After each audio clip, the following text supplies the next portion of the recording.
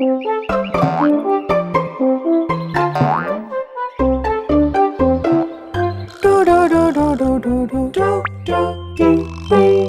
TV. Dragon और राजकुमारी। एक समय शौर्य नाम का साम्राज्य हुआ करता था। साम्राज्य बहुत ही बड़ा और खुशहाल था। शौर्य साम्राज्य का राजा विक्रमादित्य बहुत बहादुर और बुद्धिमान था। रानी भी बहुत सुंदर और समझदार थी। राजा और रानी एक बात को लेकर बहुत परेशान रहते थे कि उनकी कोई संतान नहीं थी। सब तरह से निराश होकर वे दोनों एक साधु के पास पहुँचे। साधु के आशीर्वाद से उनके जीवन में एक सुंदर परंतु थोड़ी नटखट बेटी ने जन्म लिया। साधु ने राजा से कहा कि राजकुमारी के जीवन में एक अलबेली घटना घटेगी। अब राजा और रानी उस अलबेली घटना को लेकर परेशान रहने लगे। राजकुमारी देखते देखते बड़ी होने लगी। वो बहुत सुंदर थी, परंतु उम्र के साथ साथ वो ज्यादा नटखट होती जा रही थी। वो युद्ध कौशल में भी निपुण थी। वो अक्सर सैनिकों के साथ युद्ध अभ्यास करती रहती थी, लेकिन अक्सर वो पढ़ाई से बचने के लिए शिक्षक के जल में नींद वाली दवा मिला दिया करती थी। फिर क्या, शिक्षक सोते रहते और राजकुमारी आराम से खेलती रहती। राजकुमारी के नटखट स्वभाव को देखते हुए रानी ने उसका नाम चंचल रखा। राजा और रानी अपनी बेटी के विवाह के लिए एक अच्छे लड़के की तलाश करने लगे। फिर एक दिन राजा ने अपने एक मंत्री को बुलाकर कहा, मंत्री जी, मेरी बिटिया की स्वयंवर की व्यवस्था कीजिए।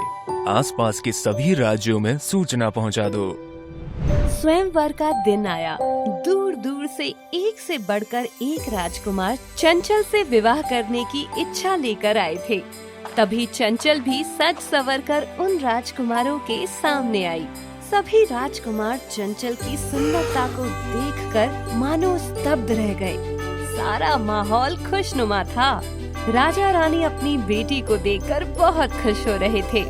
चंचल भी शांत मन से सभी राजकुमारों को देख रही थी। तभी मंत्री जी आकर बोले, इस स्वयंवर के 3 पड़ाव होंगे, बुद्धि बल, बाहुबल और प्रेम बल। इन तीनों परीक्षाओं में जो विजेता होगा उन्हें ही राजकुमारी चंचल से विवाह करने का सौभाग्य प्राप्त होगा। सभी राजकुमार तैयार थे और आत्मविश्वास से भरे हुए लग रहे थे। उन अति उत्साही राजकुमारों के बीच में एक बहुत ही शांत युवक भी था। नाम था उसका ध्रुव कुमार। वो इंद्रप्रस्थ साम्राज्य का इकलौता राजकुमार था। तभी प्रतियोगिता का बिगुल बज गया। सभी राजकुमार अपने स्थान ग्रहण कर लें। पहली परीक्षा। तभी अचानक से जोर की हवाएं चलने लगती हैं और एक बड़ा सा ड्रैगन आसमान में उड़ता हुआ आता है। लेकिन बेचारा ड्रैगन इतना मोटा था कि गिरते पड़ते राजकुमारी के सामने पहुंचा। सभी तरफ भगदड़ मच गई। लोग डरकर वहां से भागने लगे। सारे राजकुमार जो अपनी बहादुरी की बड़ी बड़ी बातें कर रहे थे, वो डरकर चूहे की तरह कहीं कोने में जा छुपे। कुछ सैनिक ड्रैगन से लड़ने सामने आए और राजकुमार ध्रुव अपनी तलवार निकालकर ड्रैगन और चंचल के बीच ढाल बनकर खड़ा हो गया। राजकुमारी, आपको डरने की जरूरत नहीं। सैनिकों, राजकुमारी को सुरक्षित स्थान पर ले जाओ। मैं तब तक इस ड्रैगन से निपटता हूँ। लेकिन ड्रैगन ने मुंह से आग निकालकर सभी सैनिकों को बेहोश कर दिया और ध्रुव को भी एक जोरदार वार से गिरा दिया और ड्रैगन चंचल को लेकर उड़ गया। राजा और रानी से मंत्री जी आकर बोले, पता नहीं किस हाल में होगी हमारी राजकुमारी। पता नहीं कहाँ लेकर गया होगा वो ड्रैगन राजकुमारी को। अरे मंत्री जी, राजकुमारी को छोड़िए, उस ड्रैगन के बारे में सोचिए। उसका क्या होगा, क्योंकि चंचल तो चंचल ठहरी। सभी हंस पड़ते हैं। तभी राजकुमार ध्रुव ने उनसे कहा, मैं राजकुमारी को वापस लेने जाऊंगा। इतना कहकर राजकुमार ध्रुव उसी दिशा चल पड़ा जहां वो ड्रैगन उड़कर गया था। लेकिन जैसे ही वो घोड़े पर चढ़ता है, फिसलकर नीचे गिर जाता है। फिर खुद को संभालते हुए घोड़े पर सवार होकर निकल पड़ता है। चलते चलते ध्रुव जंगल के घने रास्तों में पहुंच गया, लेकिन ड्रैगन या राजकुमारी का निशान उसे ना मिला। रास्ते में राजकुमार को एक नदी मिलती है। राजकुमार वहां आसपास ढूंढने लगा। घोड़ा भी थक गया था, तो राजकुमार ने उसे पानी पिलाने के लिए नदी में उतार दिया।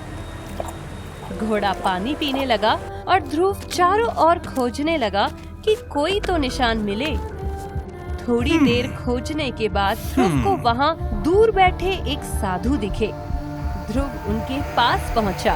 साधु गहन ध्यान में बैठे थे। ध्रुव ने उनके सामने हाथ जोड़कर प्रार्थना की। साधु ने आंखें खोली तो ध्रुव ने अपनी समस्या साधु को बताई। साधु ने ध्रुव से कहा, बेटा, जिस तरह के ड्रैगन की तुम बात कर रहे हो, वो पूर्व दिशा में जो नील पर्वत है, वहाँ एक गुफा में मिलेगा। ध्रुव साधु का आशीर्वाद लेकर फिर अपने घोड़े पर सवार होकर पूर्व दिशा में नील पर्वत की ओर चल पड़ता है। घने जंगल को पार करता हुआ और अपनी तलवार को हाथ में लिए ध्रुव बढ़ता जा रहा था। उसी समय ड्रैगन की गुफा में इधर राजकुमारी को अपनी गुफा में लेकर आया ड्रैगन बैठा हुआ था और उसके आंखों से आंसू निकल रहे थे। राजकुमारी डरते डरते उसके पास गई और उससे कहा, क्या तुम्हें कोई परेशानी है? क्या तुम्हारा पेट खराब है?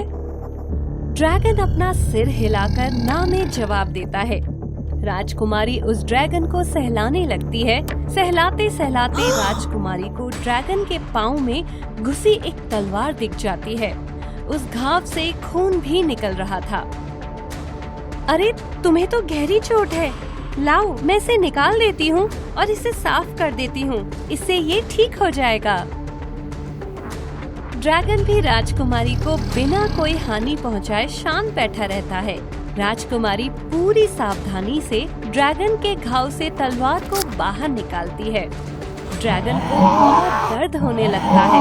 राजकुमारी उसे सहलाती हुई कहती है, घबराओ मत, थोड़ा दर्द होगा, लेकिन मैं अभी इस पर लेप लगा दूंगी तो ये जल्दी ठीक हो जाएगा। और मजेदार बात तो ये है कि तुम्हें अब स्कूल भी नहीं जाना पड़ेगा। चंचल वहीं पास की झाड़ियों से कुछ जड़ी बूटियां ढूंढकर ले आती है और उन जड़ी बूटियों को कूटकर एक लेप तैयार कर लेती है। उस लेप को ड्रैगन के घाव पर लगा देती है और ड्रैगन को सहलाने लगती है। ड्रैगन को कुछ देर बाद ही दर्द में काफी आराम मिल जाता है और वो सो जाता है। चंचल उस सोते हुए ड्रैगन को देखते हुए सोचती है, ये ड्रैगन मुझे यहाँ क्यों उठाकर लाया है और अब मैं यहाँ से बाहर कैसे निकलूंगी? चंचल ड्रैगन के चंगुल से बाहर निकलने के उपाय सोचने लगी। तभी उसे वहाँ से निकलने का एक रास्ता मिल जाता है, लेकिन तभी राजकुमारी को ड्रैगन की चोट याद आ जाती है और राजकुमारी वहाँ से भागने का विचार छोड़ देती है। तभी वहाँ राजकुमारी को ढूंढता हुआ राजकुमार ध्रुव आ पहुँचा। ध्रुव को देखकर चंचल आश्चर्यचकित रह जाती है।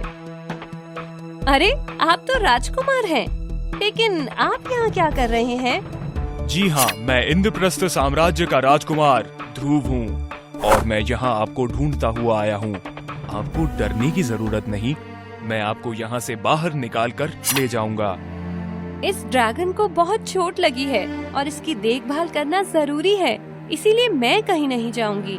और फिर इस ड्रैगन का वजन भी बहुत ज्यादा है, इसे डाइटिंग भी तो करानी है। इन दोनों की बात को सुन ड्रैगन खड़ा हो जाता है और बोलता है, नहीं नहीं नहीं नहीं, मैं डाइटिंग नहीं करूँगा, मुझे अफगानी चिकन बहुत पसंद है। तब तक ध्रुव की तलवार ड्रैगन के मोटे से पेट में गलती से लग जाती है। ड्रैगन और ध्रुव एक दूसरे के सामने लड़ने को बिल्कुल तैयार खड़े हो जाते हैं। तभी चंचल कहती है, कृपया आप दोनों मत लड़िए। लेकिन तब तक ध्रुव और ड्रैगन के बीच लड़ाई शुरू हो जाती है।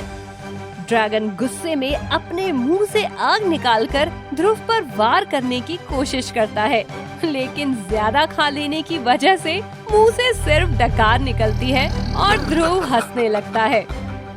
ध्रुव को हंसते हुए देखकर ड्रैगन रोने लग जाता है।